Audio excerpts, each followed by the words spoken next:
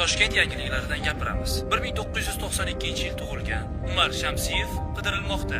U o'ta xavfli jinoyatchi bo'lib, o'tgan yili fevral oyida ikkita qizni qasddan zo'rlab o'ldirgan. Agarda shu rasmdagi shaxsni qayerdadir uchratib qoladigan bo'lsangiz, darhol o'sha yaqin atrofdagi ichki ishlar idoralariga murojaat qiling. Ветер шумит, ветер поет, небо без птиц, поверь, не живет. Он, как и я, хочу быть с тобой. Mashinani to'xtating. Ha? To'xtating mashinangizni. Tinchlikmi? Agar do'kon kerak bo'lsa, bu yoqda do'kon yo'q.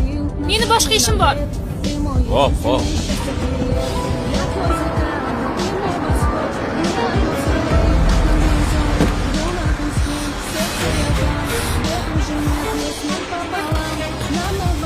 Jin, nima bu?